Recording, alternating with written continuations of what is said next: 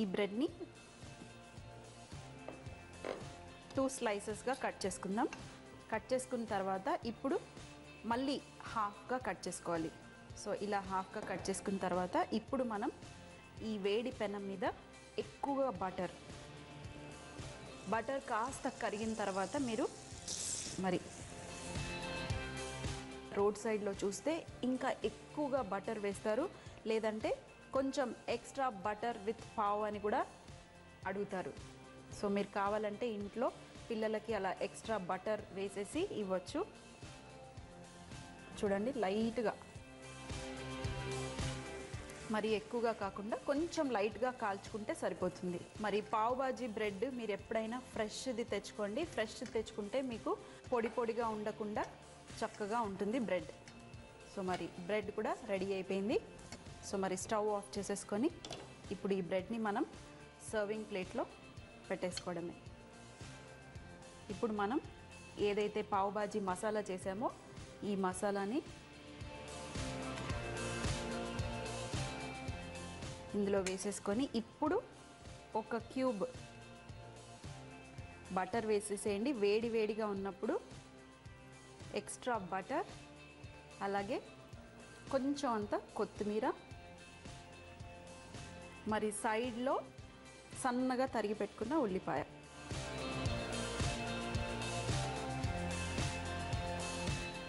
అలాగే ఒక నిమ్మకాయ.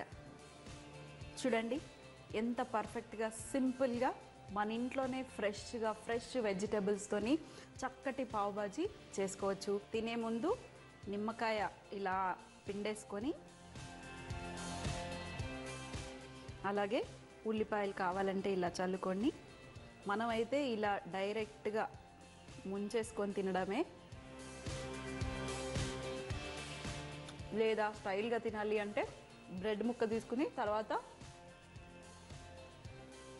ఈ బాజీని తినొచ్చు. సో ఇంత సింపుల్ అయినది. నేనైతే పక్కనకి వెళ్ళేసి ఫుల్గా ఎంజాయ్ చేస్తాను. మరి మీరు కూడా ఎంజాయ్ చేయాలి అని అనుకుంటే, తినాలి అని అనుకుంటే ఏం చేయాలి? వెంటనే చేసుకోవాలి. పావ్ బాజీ తయారు చేయు విధానం: పాన్లో కొద్దిగా నూనె వేడి చేసి అందులో జీలకర్ర, ఉల్లిపాయ ముక్కలు, ఉప్పు వేసి వేయించుకోవాలి. ఇందులో అల్లం వెల్లుల్లి పేస్ట్, పసుపు మరి కాసేపు వేయించుకోవాలి.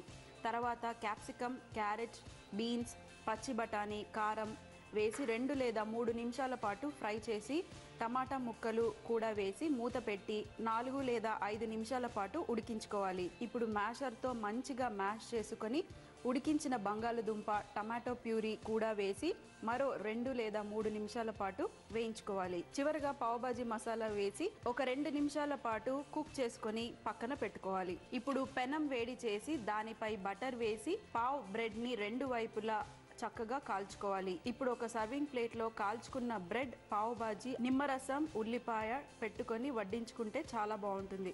చూసేశారు కదా మన పావ్ బాజీ ఎంతో టేస్టీగా. నెక్స్ట్ అయితే మీకోసం ఒక స్పెషల్ డిష్ చూపించబోతుంది. ఈ స్నాక్ పేరు ఉరద్ దాల్ నిమ్కి. మరి ఉరద్ దాల్ అంటే మన మినప్పప్పుతోని ఒక మంచి స్నాక్ చేయబోతున్నాను. సో మరి ఈ స్నాక్కి మనకు కావాల్సింది ముందుగా మైదా పిండి.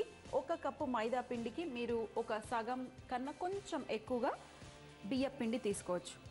అలాగే ఇందులో మిరియాల పొడి, కొంచెం మసాలా టచ్ కోసము. మరి ఈ స్నాక్ కొంచెం చాట్ టచ్ ఉంటుంది అంతే. మరి ఇందులో సాల్ట్, తగినంత సాల్ట్ వేసుకోండి.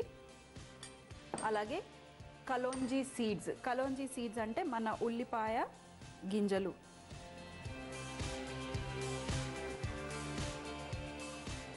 బటర్ కొంచెం ఎక్కువగా, పెద్ద టేబుల్ స్పూన్ బటర్ వేసుకోండి.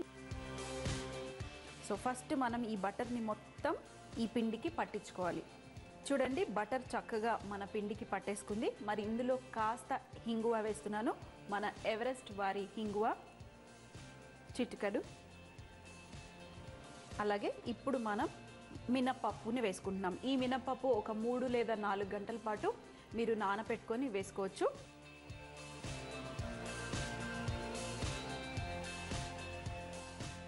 మనం ఈ మినప్పప్పుని గ్రైండ్ చేసి పేస్ట్ వేసుకోవట్లేదు, డైరెక్ట్గా మినప్పప్పునే వేసుకుంటున్నాము. సో ఇప్పుడు మనం ఈ మినప్పప్పుని కొంచెం మన చేయితోనే ఇలా మ్యాష్ చేసుకుంటే సరిపోతుంది. ఇలా మిక్స్ చేసేసుకున్నాను. ఇప్పుడు మనం ఇందులో తగినన్ని నీళ్లు పోసుకొని కొంచెం మరీ సాఫ్ట్గా కాకుండా మరీ గట్టిగా కూడా కాకుండా మీడియంగా కలుపుకోవాలి.